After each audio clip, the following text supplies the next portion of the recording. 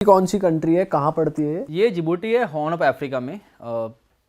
Egypt और Sudan के आसपास है वो, कि एक छोटी सी टाइनी सी कंट्री है। बट वहाँ पे मिलिट्री बेस बहुत सारे हैं, सारे देश के वहाँ पे मिलिट्री बेस आपको मिल जाएंगे। वो देश मिलिट्री बेस के लिए बना हुआ है। यूएस की मिलिट्री बेस है, चाइना की मिलिट्री बेस है, फ्रांस की है, यूके की है, सबकी मिलिट्री बेस आपको वहाँ पे मिल जाएगी।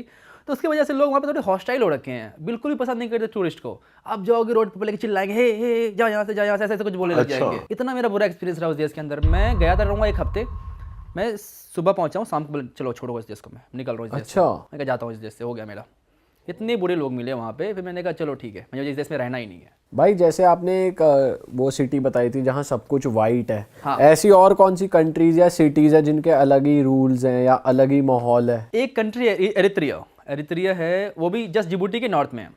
वो कंट्री 90s 50s 60s में जी रही है। उस देश में आई थिंक दुनिया की इकलौती ऐसी कंट्री है जहाँ पर इंटरनेट नहीं है। अच्छा। आज के ज़माने में इंटरनेट नहीं है।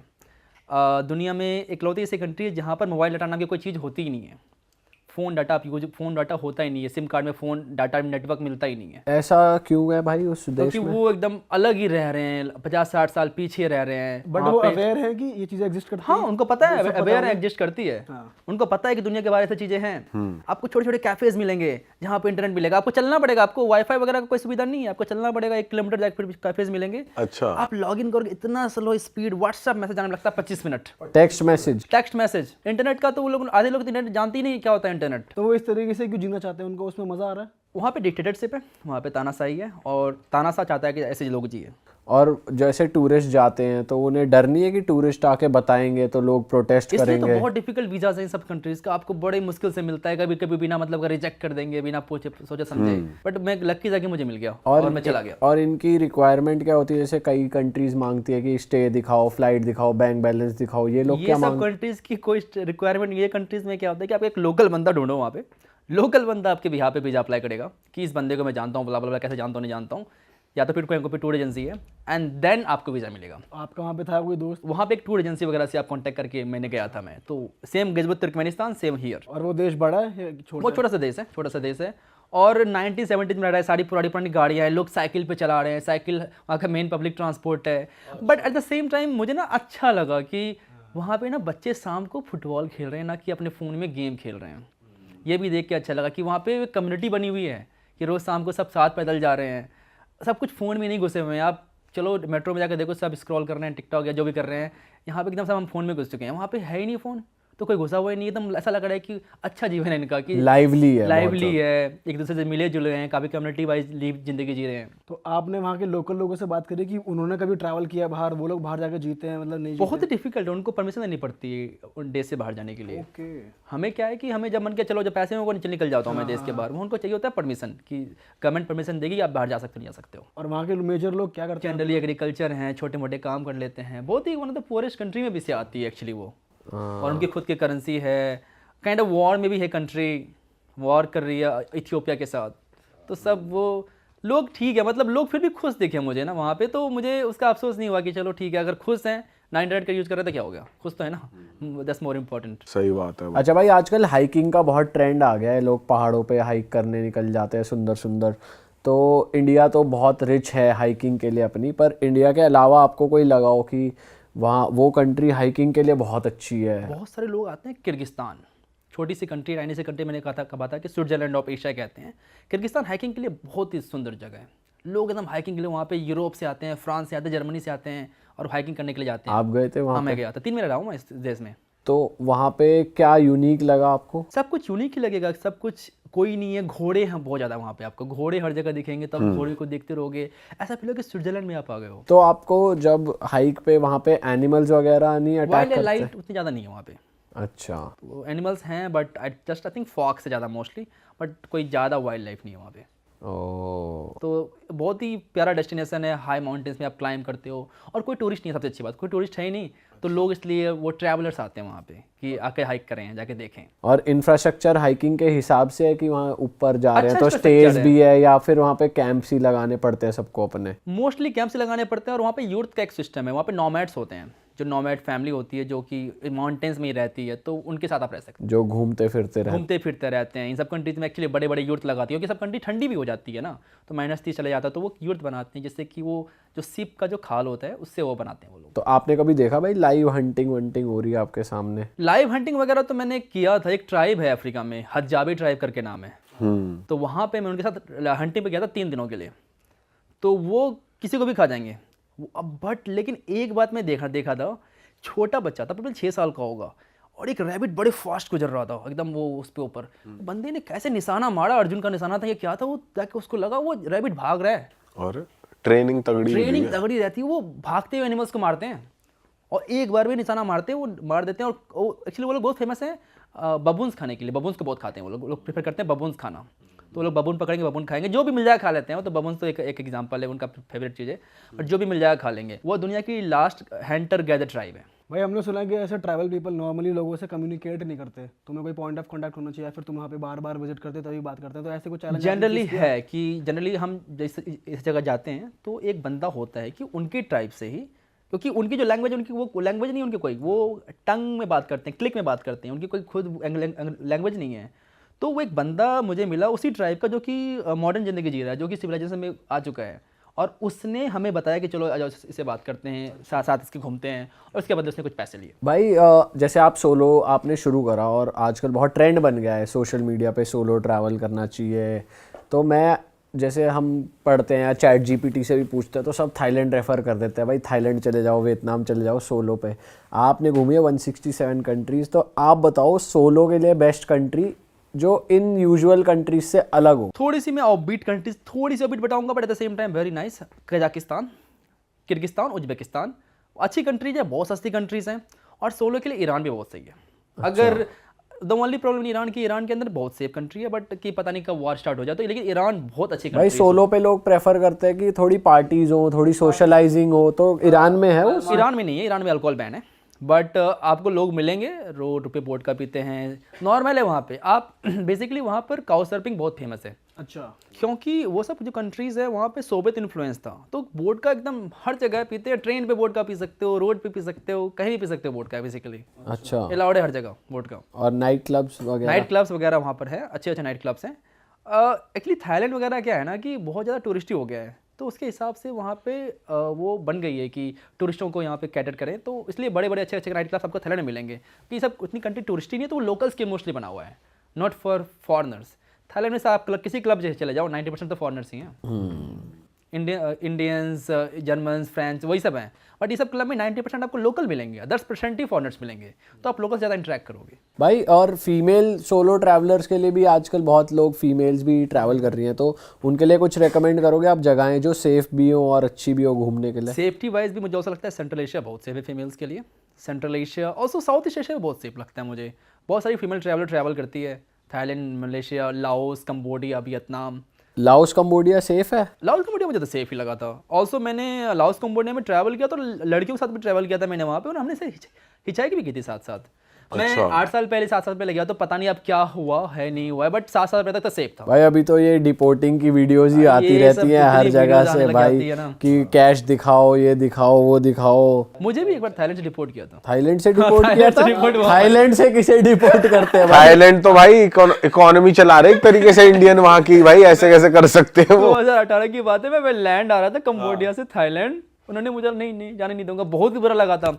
मैं 5-6 फ्रेंड के साथ ट्रैवल कर रहा था, 2 जर्मन थी, एक ऑस्ट्रेलियन थी, एक अमेरिकन थी, और मैं था।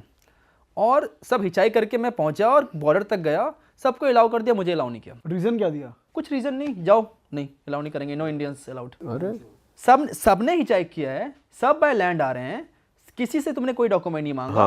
मेरे से क्यों डॉक्यूमेंट मांग रहे हो फिर कि रिटर्न फ्लाइट टिकट दिखाओ, पैसे दिखाओ, तुम्हारे पैसे दिखाओ। रिटर्न फ्लाइट तो मेरे पास था ही, पैसे दिखाओ कितने पैसे हैं। कौन कैसे लेकर ट्रैवल करता है? कार्ड है ना, कार्ड दिखा रहा हूँ, नहीं मान नहीं रहे हैं, तो ये काइंड ऑफ रेसिज्म ही मान लो, क्योंकि गोरों को आपने बिना पूछे जाने दिया, कुछ आपसे सवाल नहीं पूछा, सब साथ ही आ रहे हैं, सब फ्रेंड हैं, मुझे आपने साइड में अलग कर दिया। उसके बाद फिर मुझे फ्लाइट लेनी पड़ी थी थाईलैंड जाने के लिए, लैंड पे अलाउ नहीं किया। भाई हमने ऐसा सुना है कि कभी जैसे परमवीर भाई ने भी 1-2 इंसिडेंट्स हमारे साथ बताए थे कि कभी आप जैसे किसी प्रॉब्लम में फंस जाओ ना, तो गोरे कई बार थोड़े सेल्फिश निकल जाते हैं ऐसा एक्सपीरियंस हुआ है आपको कि गोरे थोड़ा अपना अपना देखते हैं, मेरा प्लान बना हुआ है तो मैं बना हुआ है, मैं वेट नहीं करूंगा, या थोड़ा ऐसे होता है? जनरली होते हैं, मोस्टली गोरेज अपने प्लान के अनुसार चलते हैं। आप प्रॉब्लम फंसे हैं, उनको कोई मतलब नहीं है, वो अपना ये प्लान है कि जाना है आज रात को तो जाना ही है। आपको कभी एक्सपीरियंस हुआ है हाँ, ऐसा? जैसे कि मैं किसी के साथ ट्रैवल कर रहा हूँ, 4-5 दिन मिले हुए, लास्ट में मेरी तबीयत खराब हो गई, लास्ट दिन वो जाने वाला है तो वो फ्लाइट लेके चला जाएगा कि जाता हूँ मैं अब, कि क्योंकि मेरी फ्लाइट छोड़ूंगा नहीं मैं। अब अगर ऐसे इंडियंस में होगा कि तबीयत खराब हो गई, कैसे छोड़ दूँगा फ्लाइट, चलो फ्लाइट जाए में, हम साथ में बैठेंगे जब तक तुम ठीक नहीं होते हो। ये देखा है मैंने, इंडियन के साथ ये होता है। भाई आप श्रीलंका गए हो? हाँ, मैं गया हूँ। श्रीलंका हमने सुना है बहुत ज़्यादा अभी पार्टी में काफ़ी उसका सीन ऑन हो रहा है, हम इंस्टाग्राम रील्स पे देखते हैं कि बहुत पार्टीज हो रही है श्रीलंका में, ऐसा कुछ? मैं उस समय जब गया था तो उस समय क्राइसिस चल रहा था वहाँ पे, तो प्रोटेस्ट वगैरह चल रहे थे, वो गवर्नमेंट चेंज हो रही थी। आप हर जगह प्रॉब्लम पहुंचते हो भाई, Actually, क्या? लोग बोलते हैं मेरी किस्मत इसमें खराब रही है, जहाँ भी मैं जा रहा हूँ प्रॉब्लम्स हो जा रही है। हाँ ईरान, आपके एग्जांपल दे रहा हूँ मैं ईरान का, शाम को पहुंचा हूँ, सुबह वॉर हो रहा है। भाई सही में और वो भी छोटी मोटी नहीं, B2 बॉम्बर आ रहा है सीधे। बॉम्बिंग गिर रहे हैं, मैंने वीडियोस में दिखाया है कि कैसे बॉम्ब गिर रहे हैं, कैसे एंटी मिसाइल को करती है, सब देखा है मैंने आंखों से। भाई साउथ कोरिया भी गए हो आप, वो कैसा लगा आपको? साउथ कोरिया गया हूँ, अच्छा लगा मुझे, लेकिन मुझे सुना है कि इंडियंस के प्रति वो जो रेसिज्म मैंने दिखा नहीं, मुझे कहीं फील नहीं हुआ मुझे कि अच्छा, कोई नहीं। रेसिज्म है या नहीं है। मैं क्लब्स वगैरह भी गया साउथ कोरिया के, लोग नॉर्मली बात कर रहे हैं, साउथ कोरियन लग्स लाइक हमारे ड्रिंक वगैरह बना के दे रही है, उनके साथ अच्छा। ट्रैवल किया मैंने। हाँ, साउथ कोरियन गर्ल्स वगैरह के हम साथ। तो ये सुन रहे हैं कि वहाँ के क्लब्स जो है वो स्पेशली बोर्ड लगा रहे, बैनर लगा रहे कि भाई इंडियंस मैंने नॉट तो नहीं अलाउड। देखा वहाँ का मोस्ट फेमस एरिया गया हूँ नाइट लाइफ की, मैंने ऐसा कुछ नहीं देखा। अच्छा। मुझे हर जगह एंट्री इन्होंने अलाउ की। लोग कैसे वहाँ के?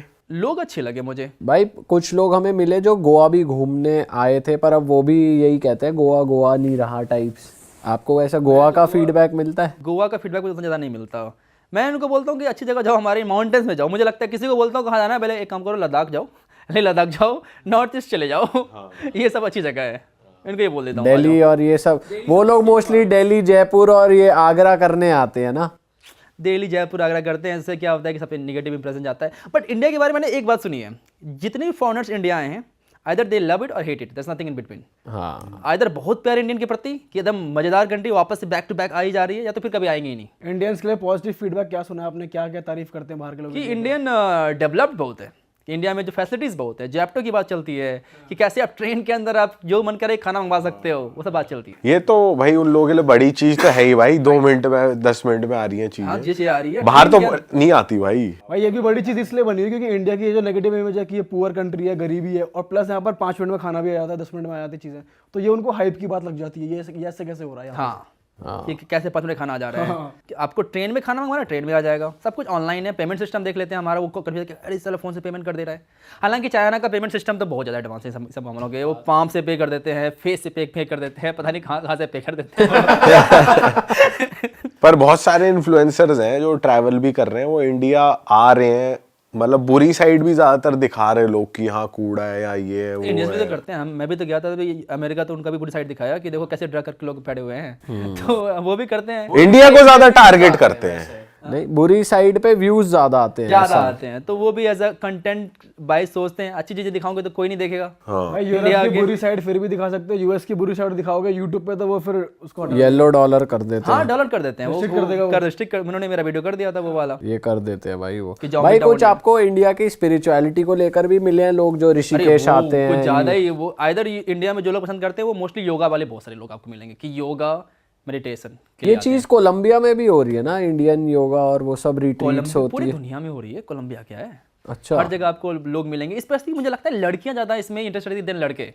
लड़कियां कि मुझे इंडिया जाना है, ऋषिकेश जाना है, योगा सीखना। योगा सीखना है।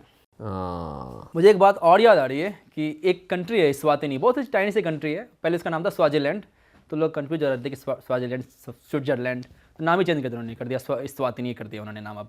तो वहाँ का एक किंग है, वो एक्चुअली एब्सोल्यूट मोनार्क कंट्री है, तो वहाँ पर राजा के पास सारी पावर होती है।